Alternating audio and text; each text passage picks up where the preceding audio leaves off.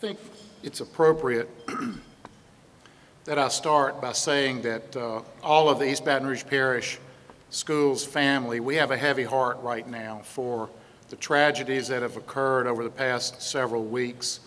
Alton Sterling, Matthew Gerald, Brad Garafola, and Montrell Jackson. It's a lot closer to home than many people think. Alton Sterling's caregiver, his aunt, who is his caregiver, is one of our bus drivers. She was in our office, and it's devastating for her and her family. Montrell Jackson is a graduate of Estruma High School. Brad Garafola was one of my students when I was assistant principal at Broadmoor High School back in the early to mid-90s, and I remember him vividly as a student at Broadmoor High School. So I just want everyone to know that this hits the East Baton Rouge Parish Schools family just like it hits our entire community, and I want everyone to know that. But today I'm going to talk a little bit about our system and how we're going to move forward. Okay, we'll talk a little bit about our district to start off with. We have 41,000 students plus in our district right now. That includes 2,000 pre-K slots. We have 84 school sites. We have 9% of our students who are with disabilities, 4% English language learners, and about 85% free and reduced lunch students. Our demographics show that we are close to 6,000 employees, 3,070 teachers, 99%, and I'm very proud of this, are highly qualified and certified. Very proud of that number, and almost 50% have higher degrees in East Baton Rouge Parish, and that's something else I think we can be proud of.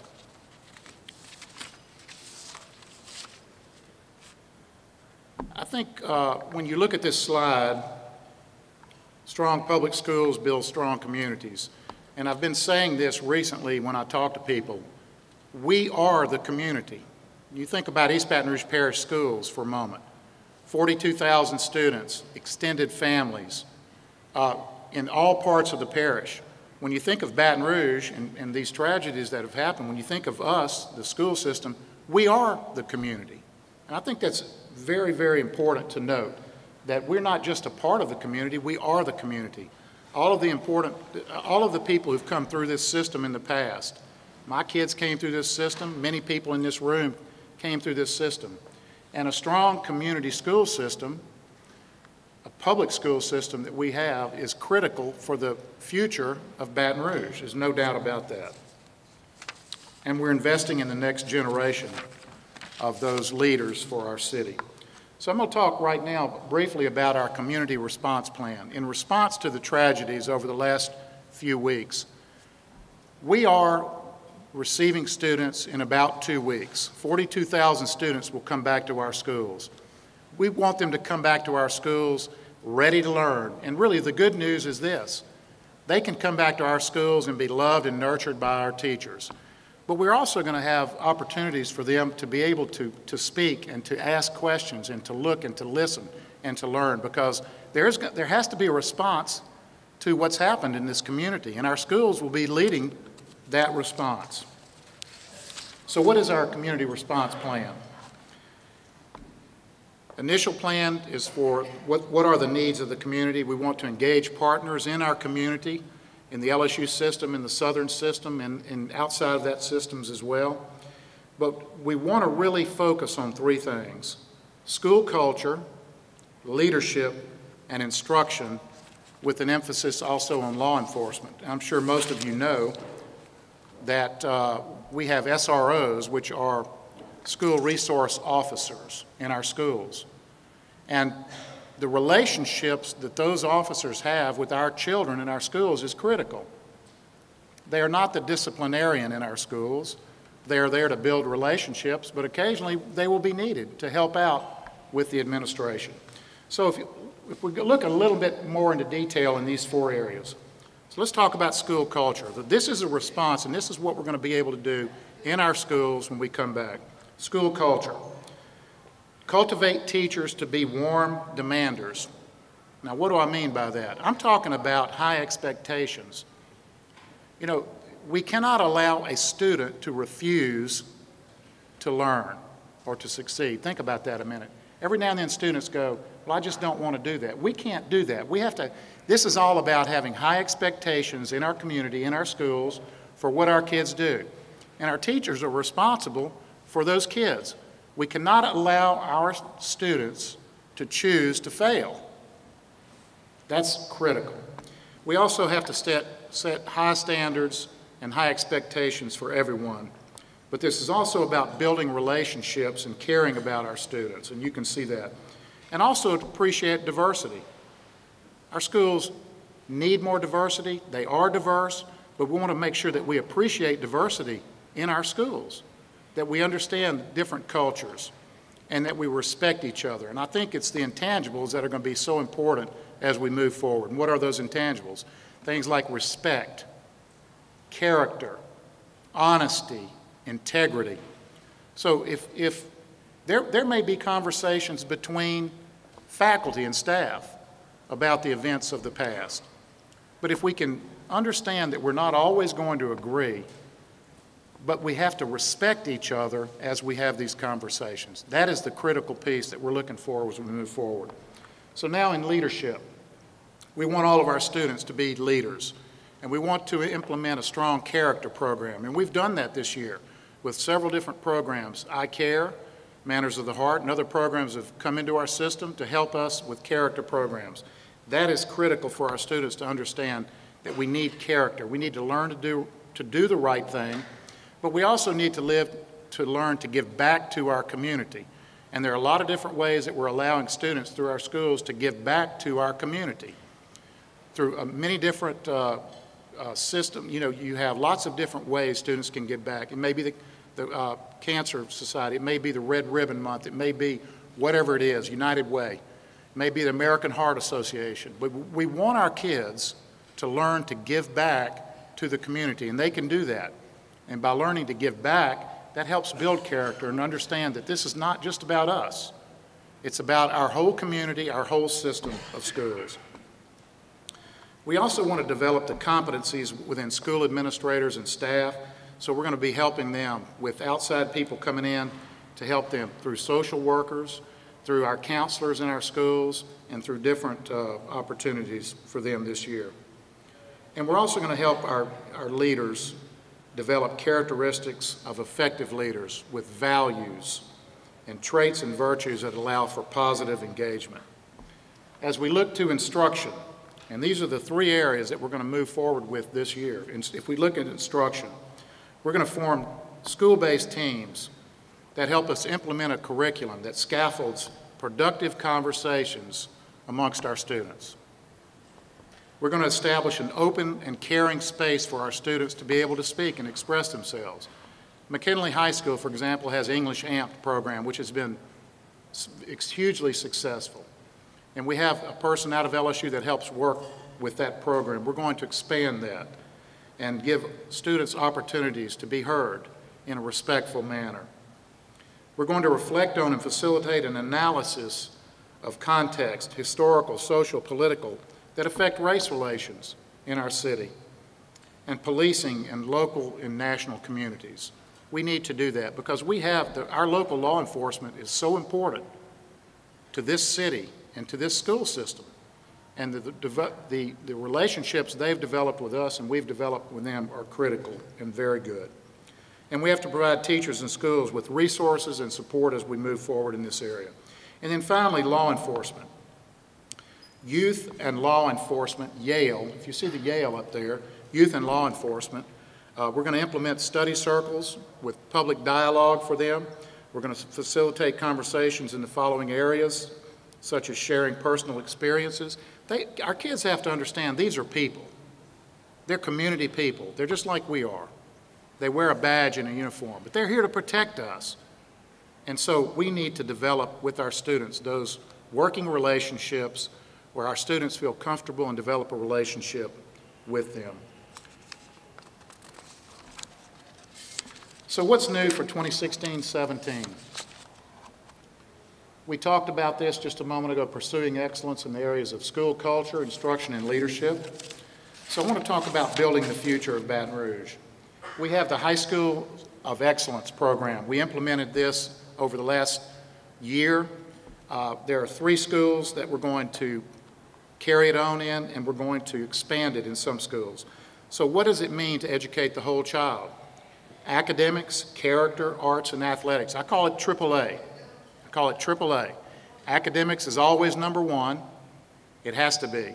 But the arts are so critical for our students. And athletics is important. Not only does athletics help build leadership, but it also helps them build stronger bodies. And so I think athletics is extremely important in our big picture program for East Baton Rouge Parish Schools. So we want to expand the number of opportunities for students across our district. We want to diversify offerings, give them different choices. That's part of our high schools of excellence, and we want them to adapt the learning environment to students' needs. So let's talk about academics briefly. We've been conducting academic audits at every school. That's been ongoing throughout this school year. It will continue to go into this school year, where a team of professionals on our team go into schools to make sure that academics is number 1. As I said, it always has to be number 1. To make sure that we're teaching the right thing, to make sure that we have time on task in our classrooms, and that we're doing what we have to do to get ready for the next grade, to get ready for the test, whatever it happens to be. We also want to engage leadership in creating and delivering relevant professional development opportunities. Our PD Center out on North Sherwood Forest has been very busy. As you know, and probably most everybody knows, we've reorganized our system, even in the area of professional development, to help give more pertinent professional development where we can also train the trainers and they go back and train the teachers. And most of all, we're trying to create a culture of high expectations for all. Talk about character for a moment. I believe we're developing the next generation of leaders. I mean, we absolutely are. Many of you in this room right here graduated from an East Baton Rouge Parish school.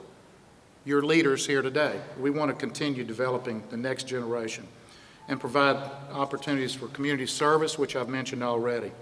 But we have to model what we expect. Modeling is going to be a huge part of how we move forward. How does a teacher model good behavior or academic behavior?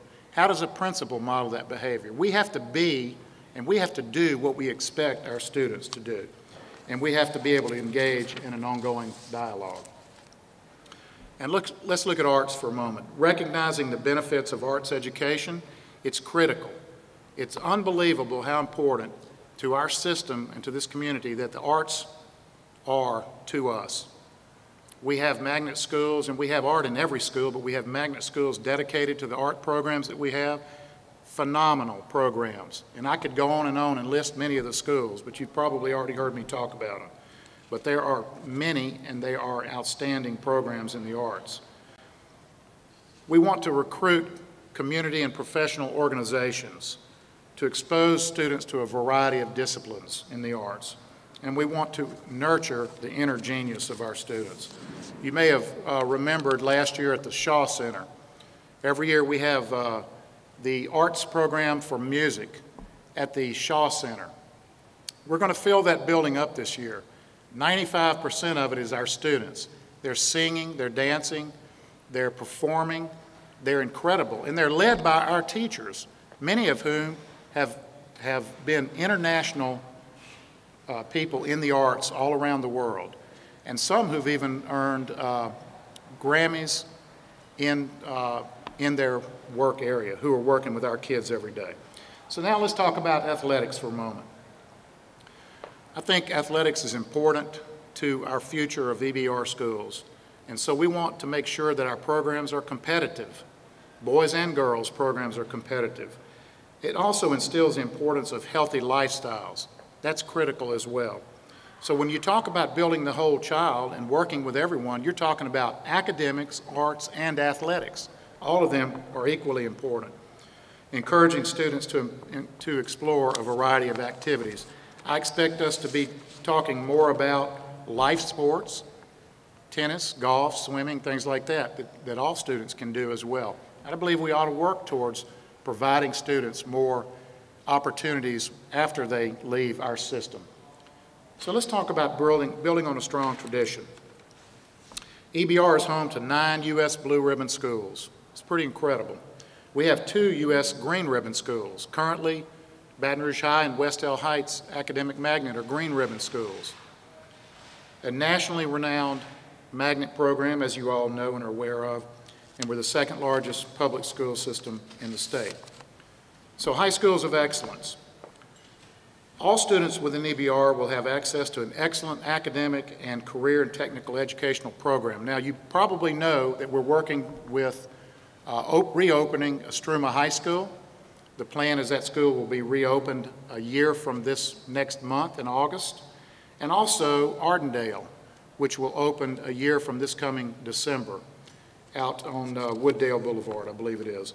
But if you can see, this year in 2016 for high schools of excellence, we're going to maintain the existing programs we have at Scotlandville, Lee, and Baton Rouge High. We're implementing a program, this will be a pilot program at Woodlawn High School in the high schools of excellence. What does that mean?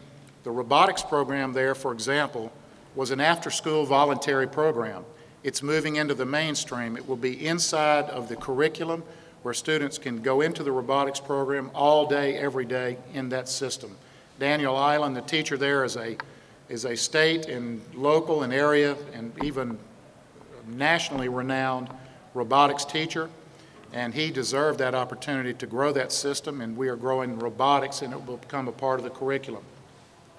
We're also expanding the performing and visual and performing arts at Woodlawn High School. We're also going to build into that school an opportunity for students to get certified in areas that would give them an opportunity, if they don't choose a 4-year college, to go into a system of workforce development. So there's a lot of things we're doing at Woodlawn High School.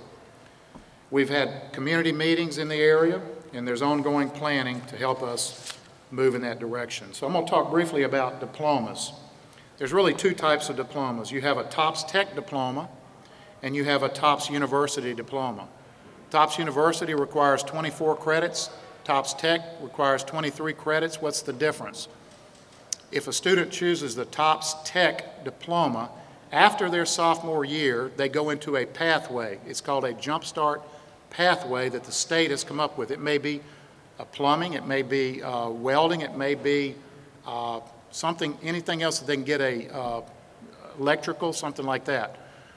Or it may be nursing, that they can select. In the next 2 years, they go to school, and they also go out into the workplace where they can do both. They'll be partly in school, partly in the workforce in that area, and when they graduate, they'll graduate with a TOPS Tech diploma with a certification where they can go directly to work in that field. That's not something we've done in the past. In the past, we had 3 diplomas. We had a basic diploma, a college diploma, and a career diploma. Well, historically, only about 1 or 2% ever chose the career diploma. That's not good enough. Not all students are going to go to 2 or 4-year universities. We need that TOPS Tech, we need that workforce development opportunity for our students in Louisiana, and we're going to give them that opportunity through the workforce development Jump Start TOPS Tech. Go back and mention Ardendale a few more minutes here. Ardendale is a $17 million project. The people of Baton Rouge supported and approved that in the last tax plan. It will be opening December of 2017, and it will be accepting students January of 17 for the first time. Estruma, $21.4 million addition renovation to that school, and the money came from the additions and renovations budget, where we came in under budget in every one of those additions and renovations, and also $13 million from the tax plan for facility improvement. So not $1 was taken out of the general fund. These are monies that were either saved from the tax plan or were allocated for facility improvements that were already in the tax plan. And also at Woodlawn, we'll use existing career and technical tech teachers and Carl Perkins grant funding to help that High Schools of Excellence program at Woodlawn. Talk about Lee High a moment. As you know, Lee High will be opening this year. You can see a picture of it. It's a beautiful school. It is ready for students. We have approximately 900 students signed up at Lee High School right now, ready to go. The faculty and staff are on campus getting ready for students, and we're excited about that. Next thing, this is one of the most exciting things I will talk about today. We are in a digital world. We're in a technological world. We are implementing a one-to-one computer to student ratio in grades 5 through 8 beginning this year. I want to repeat that, 1-to-1. Grades 5 through 8, all of our students grade 5th through 8th will have a machine in their hand come this school year. And I want to thank our technology department. Some of them are here today. And I want to thank Richard Ellis and the school board and all of the people who have committed to making sure our students can have the technology they need in their hands. Why do we need this? The testing, for one, is going in that direction, but that's not the most important reason. The most important reason is we live in a technological world. People research, people use those devices every day. You have them in your hands, in your pockets every day. We need our students to put their hand on devices. And so we have reallocated resources. We have cut $15 million from our budget this year. I want everyone to know this. We've cut $15 million from our budget. We had a $30 million deficit. Our school board wants me to cut another $15 million from the budget for next year, and we plan to do that.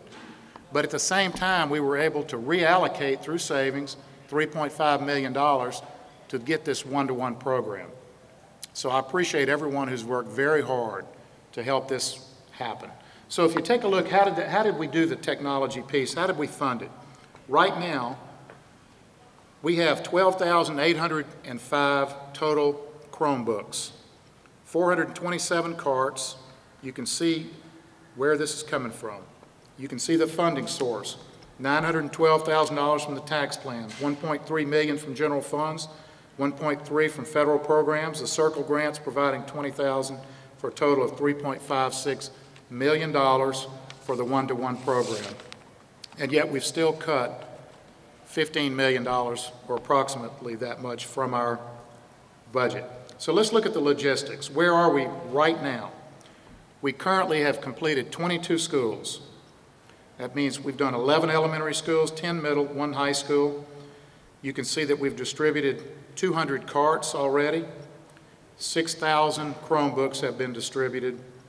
And in progress right now is 40 schools, and currently we're at 35%. But by the time school starts, we will have those machines in the hands of those students through our teachers. But you don't just hand a machine to a student. You need to make sure that you are ready for this. And so what are we doing to professionally develop our teachers and staff? On July 19th, our executive directors and administrative staff went through their process to get to learn how to work all of this. Principals and technology facilitators will be on August 1st. Teachers have been involved already, July 22nd, August 2nd, and August 3rd. And then the Smart Start will be 25th through 28th. So the trainings are very, very important and critical. That everyone knows how to run the machines, everyone knows how to work these machines. These machines are on carts. The students will not take them home. They will check them out every day, and they'll check the same machine out every day. And they'll return it to the cart to be recharged overnight. We're very excited about this. So in conclusion, we're really excited about the upcoming school year. We've worked hard this past year laying a foundation in East Baton Rouge Parish. I'm excited about the upcoming year. We've been talking to teachers and working with teachers and staff and principals. I want you to know that our 6,000 employees will be at convocation at LSU on August 9th at 9 a.m. at the Maravich Assembly Center. We will meet all 6,000 in that event hall and just talk to them about how it is to move forward. We will have students visiting with us and visiting with our teachers, and we're really excited about that. I can't tell you how excited I am to be a part of this system and to be the superintendent in East Baton Rouge Parish. It's been a great year. Couldn't do it by myself. We all know this, and the staff has been just tremendous. It's really an honor to be at the press club today, but I'm talking about the changes we've made and how we're getting ready for this school year. Of course, we have heavy hearts for the recent tragedies in Baton Rouge. I think that's so key, the Alton Sterling, the police officers. And our students are going to come back with some of those questions, and that's our family. I think the message I want to get out today is that we are, East Baton Rouge Parish, we are the community, because we have 42,000 students, extended family, and so we are the community. And so the way we react and the way we move forward this year, I think, is going to be critical. And we want to move forward in three ways. We want to move forward with the school culture, with instruction, and with character.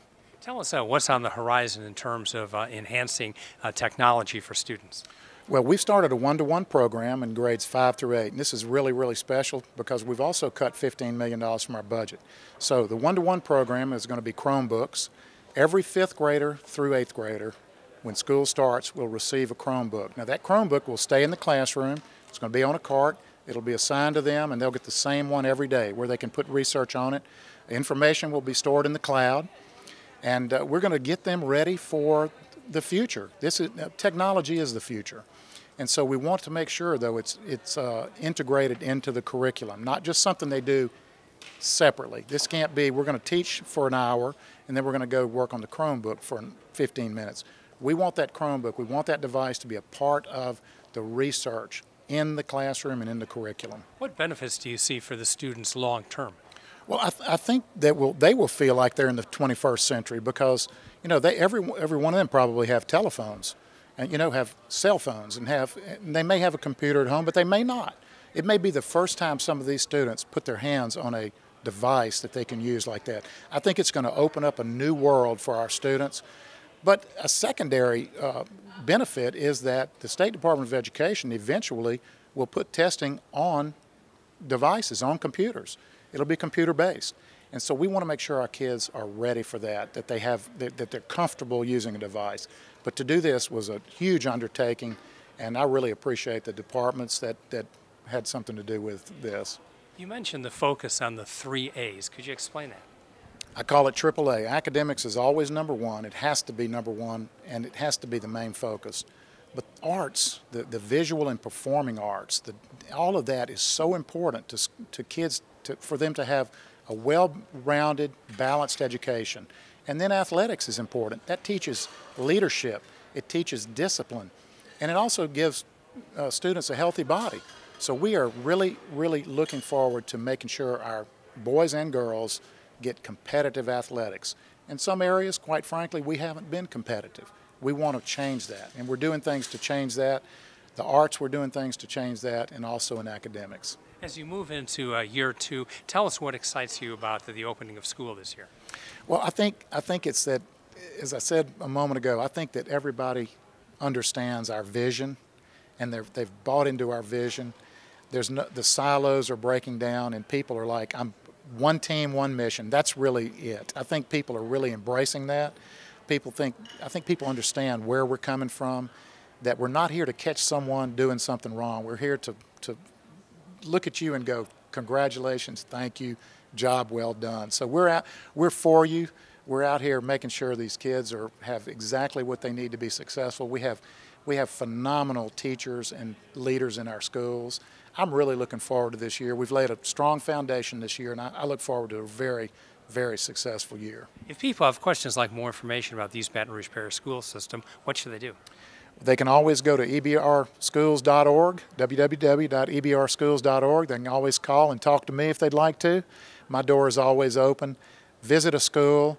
Go onto the website. Go to your nearest school. Take a look at it. Apply. We have some fantastic schools in this parish, and I'd love to see more parents make that choice.